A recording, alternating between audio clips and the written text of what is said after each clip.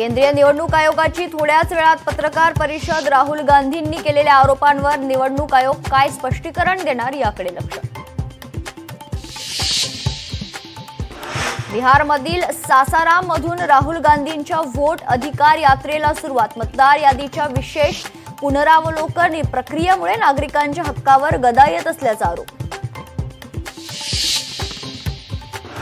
राहुल गांधींनी बिहारमध्ये नितीश बाबू आणि भाजप विरोधात फोडला प्रचारात। मुख्यमंत्री फडणवीसांच्या हस्ते सोलापुरात घरकुलाचं लोकार्पण।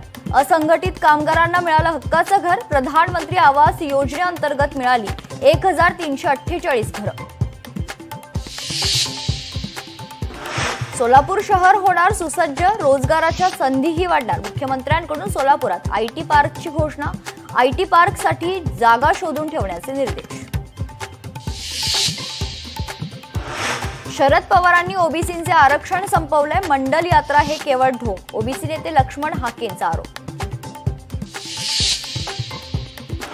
कोल्हापुरात आज हायकोर्टाच्या सर्किट बेंचचं उद्घाटन। सरन्यायाधीश भूषण गवई यांच्या हस्ते होणार उद्घाटन। मुख्यमंत्री आणि दोनही उपमुख्यमंत्री सोहळ्याला उपस्थित राहणार।